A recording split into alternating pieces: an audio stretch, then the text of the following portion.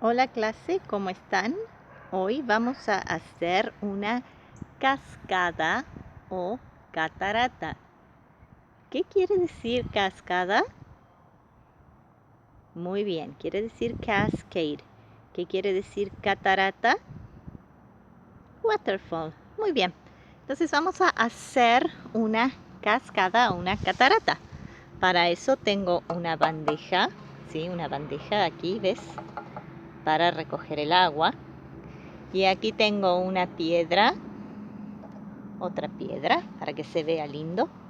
Vamos a poner una piedra ahí y otra piedra aquí.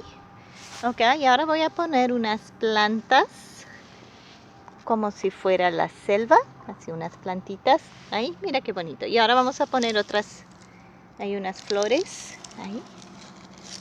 Ahí está, mira la selva. Vamos a sacar esta hoja de ahí. Ay, mira qué bonito, como si fuera la selva, las flores, los árboles, ¿sí? Selva tropical. Y ahora vamos a echar agua. Ven ahí. Vamos a poner el agua, vamos a ver cómo fluye nuestra cascada. ¡Wow! Mira qué lindo. Cómo cae el agua.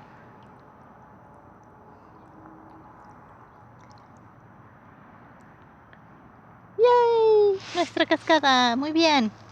Ahora tú vas a hacer una cascada para mostrarme a mí.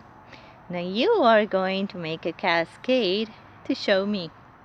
You can use any materials you want. Adiós clase, nos vemos.